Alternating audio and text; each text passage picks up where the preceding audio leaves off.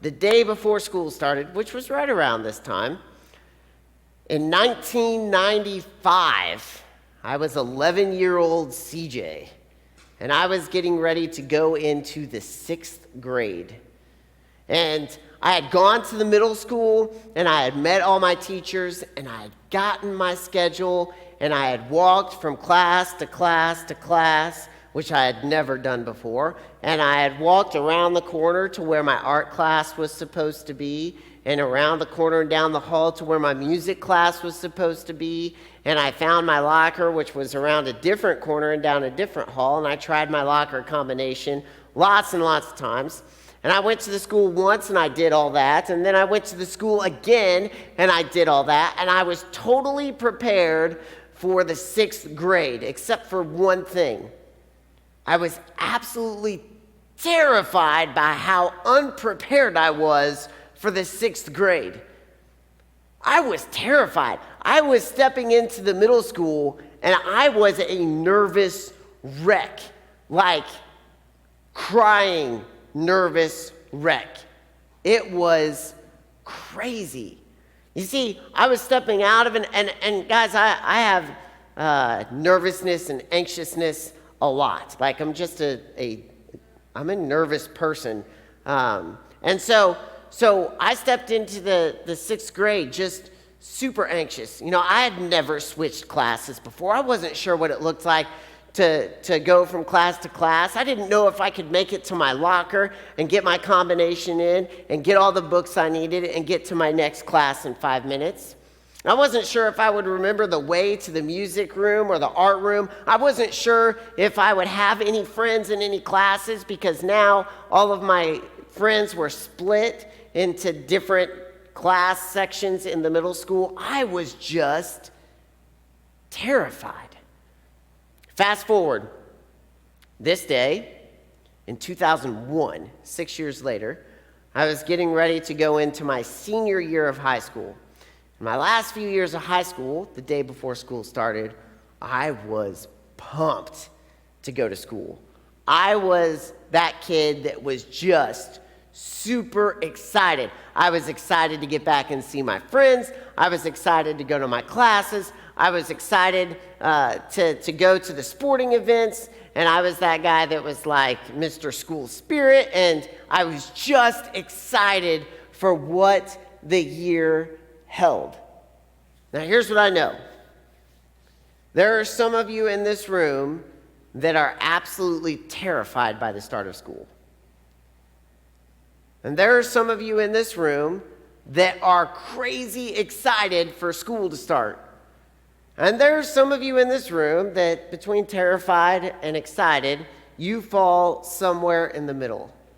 But at a time when school starts and there's this transition from summer back into school, there are emotions and fears and excitement that all goes along with that.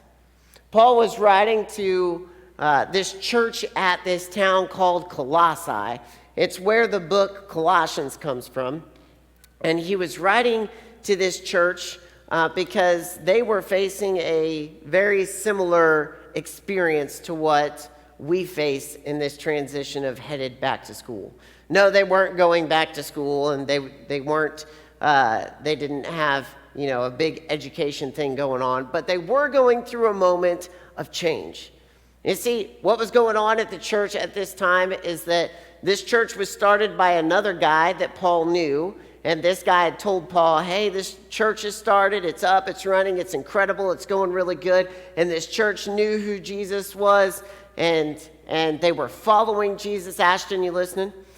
Okay, just making sure you're not talking to Addison there, because it looked like you guys were kind of talking a little bit. All right, just checking in. All right, so it looks like this church was really going really well. But over the years, these false teachers started to come in. And these false teachers started to teach that Jesus wasn't the only way. He was just a way. And you didn't have to really follow Jesus to know God. You just had to follow any religion that you felt like. And so Paul was concerned, and Paul wrote this letter because it was bad enough that this church was on the verge of collapse. And I love what Paul says here in Colossians chapter 1, verses 15 through 17. He starts off the book and he says, man, thank you so much for being a church. Thank you for following Jesus. I praise God for you. I'm praying for you constantly. This is like Paul's opening line to all of his letters. He gives thanks. He praises them for their way of following Jesus, and he says he's praying for them. And then he says this, the Son, Jesus, is the image of the invisible God, the firstborn over all creation. For in him all things were created, things in heaven and things on earth, visible and invisible, whether thrones or powers or rulers or authority, all things have been created through him and for him. He is before all things, and in him all things hold together. Now, as I read this, I see some emotion in Paul. I see here that Paul is writing to this church, and there's this emphasis on who Jesus is. There's this emphasis that Jesus is who he claimed to be, that Jesus is the Son of God, that Jesus is the one that created everything, that Jesus is the one that they've been following, and they need to continue to follow this Jesus that they have been following. I see this emotion in Paul because, now this is just from my own brain, okay? But I see this emotion in Paul where Paul is feeling two things. He is terrified for the church. He's terrified because he realizes that this church could possibly be on the verge of collapse. He realizes that there are teachers that are teaching things that are not what Jesus taught. He's terrified for the members of this church and the pressure that they're feeling to conform to these different religions. But he's also excited. He's excited because he knows that if they follow Jesus the way that they're supposed to, if they really follow this Jesus that they know and they love, then they are going to go and they are going to do great things. And I love that Paul is feeling this, at least I feel like Paul is feeling this pull of opposite emotions. And I love what he says here at the end. He says, he is before all things, and in him all things hold together. He is before all things, and in him all things hold together. And it's in this saying right here, in this verse, that Paul brings all of his emotions together, and he says two very important things. Here's the two things that Paul knows as he writes this verse. The first is this. The first is he doesn't know what the future holds. As Paul writes this verse, he knows beyond a shadow of a doubt he has no idea what the future holds. He has no idea what the future holds for this church. This church could go out and it could do awesome things for God's kingdom.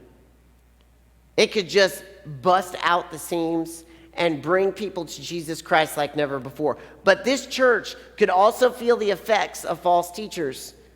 These teachers could turn violent. The people of this church could be persecuted. The people of this church could be really injured. And so Paul says he doesn't know what the future holds. But he also says this. He says, although he doesn't know what the future holds, he knows that God has it all under control. God has it all under control. You see, he says, by him all things were created, and in him everything holds together. I don't know where you stand this year as you get ready to go back to school. Guys, I can remember walking down my 6th grade hallway so scared that I was literally crying. I remember standing at my locker with my hand just shaking and trying, and because my hand was shaking, unable to get my locker combination going. I remember being completely terrified. I also remember the excitement of the years that I was excited to go back to school. I don't know where you stand in that, but I know two things. I know that we don't know what this school year holds. This school year could be an awesome school year, This school year could hold some things that are really difficult. We obviously don't know what's going to happen with COVID. We don't know what's going to happen among our families. We don't know what's going to happen among our friendship circles. We don't know what the future holds. It could be incredible or it could be entirely difficult. But I know this. I know beyond a shadow of a doubt that no matter what this year holds, God's got this year. God has got this year. No matter what you face, no matter what you go through, no matter what you may encounter this school year, God has got this school year. He is before all things. He created everything. He knows what's going to happen to you this year. And when things go good, He is going to be there. He is going to celebrate with you. And when things go rough, He is going to be there and He is going to hold you together even when everything feels like it's falling apart. And there's this beautiful imagery when our world starts to crumble and God is still holding us. God has got this year. And as you step into your schools tomorrow or later this week, or as you've already been stepping into your schools, you can be confident that God has got this year. And He is going to use you. He is going to hold you. He is going to do great things, even in difficult times. And so I always give a practical challenge. And tonight, my practical challenge is simply this. Some of you have already stepped into your classrooms. Some of you have already stepped into your hallways. Some of you are getting ready to step in there tomorrow. And I always, for those of you that, this is your first time, I always give these practical challenges because I realize that we can be here and we can hear a message and we can walk out and we can say, that was a really great message, and I feel like God spoke to me, but I don't know what to do next. And so I always try to give a next step for what is going to happen next. And this week's next step is this. I've got a whole bunch of these printed out. It just says, God's got this year. And if you want to, just come grab one of these, put it on your locker, put it somewhere where you'll see it regularly, and just be reminded that God has got this school year.